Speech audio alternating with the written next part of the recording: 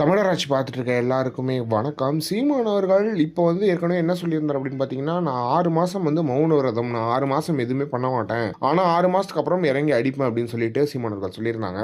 ஆனால் சீமான் அவர்கள் அந்த ஒரு விஷயத்த கடைபிடிக்க முடியல சீமான் அவர்களால். ஏன்னா தமிழ்நாட்டோட சுச்சுவேஷன் ரொம்ப மோசமாக போயிட்டு இருக்கு அப்படின்னு நம்ம சொல்லலாம். எல்லாமே சட்ட ஒழுங்குலேருந்து எல்லாமே ரொம்ப மோசமாயிட்டு இருக்கு அப்படின்னு நம்ம சொல்லலாம். இந்த நிலையில சீமான் அவர்கள் 2 முக்கியமான போராட்டங்கள்ல முன்னெடுக்க போறாரு அப்படின்றது ஒன்று இருக்கு. ஒன்று, கடலூர்ல ஹைட்ரோ கார்பன் திட்டத்தை கைவிடணும் அப்படின்னு சொல்லிட்டு மிகப்பெரிய கண்டன ஆர்ப்பாட்டம் கடலூர்ல சீமானவர்கள் நடத்த போறாரு பரங்கிப்பேட்டையில அப்படின்றது ஒன்று இருக்கு. இன்னொரு இடத்துல சீமானவர்கள் முக்கியமான போராட்டத்தை கையில் எடுக்கிறாரு. என்ன அப்படின்னு பாத்தீங்கன்னா தஞ்சாவூர்ல மேகதாது அணை வரக்கூடாது, அதுக்கு இன்னொரு நடுவர் மன்றம் அமைக்க கூடாது அப்படின்னு சொல்லிட்டு தமிழ் தேசிய பேராசான் ஐயா மணியரசன் அவர்கள் அந்த போராட்டத்தை கையில் எடுக்கிறாரு. இந்த போராட்டத்தில் நாம் தமிழர் கட்சியும் கலந்துக்கும் அப்படின்னு சொல்லிட்டு சீமானவர்கள் சொல்லியிருக்காங்க.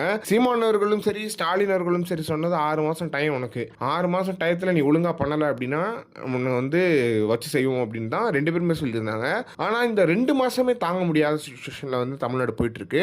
எனவே இந்த 2 மாதத்துலேயே சீமானவர்கள் ஒரு பக்கம் அவர்கள் இந்த 2 மாதத்துல தாங்க முடியாமல் நிறைய எவ்வளோ அறிக்கைகள் விட்டார் அப்படின்றது ஒன்று இருக்கு. என்ன களத்துக்கு வரல, இன்னும் 6 மாதம்லாம் சீமானவர்கள் காத்திருக்க மாட்டார்ன்றது ரொம்ப கிளியராக தெரியுது. இன்னும் 3 மாதம் தான் சீமானவர்கள் வெளியே வச்சு செய்வார் அப்படின்ற எதிர்பார்ப்பு இருக்கு. எனவே சீமானவர்கள் வச்சு செஞ்சா தான் இவங்களுக்கு ஏதாவது பயமே இருக்கும். கவர்மெண்ட் மேலே பயம் இருக்கிறது சீமானால தான் அப்படின்றது ஒன்று இருக்கு. எனவே இதை பற்றி நீங்கள் என்ன நினைக்கிறீங்க அப்படின்றத மறக்காம கமெண்ட் பாக்ஸ்ன்னு சொல்லுங்கள்.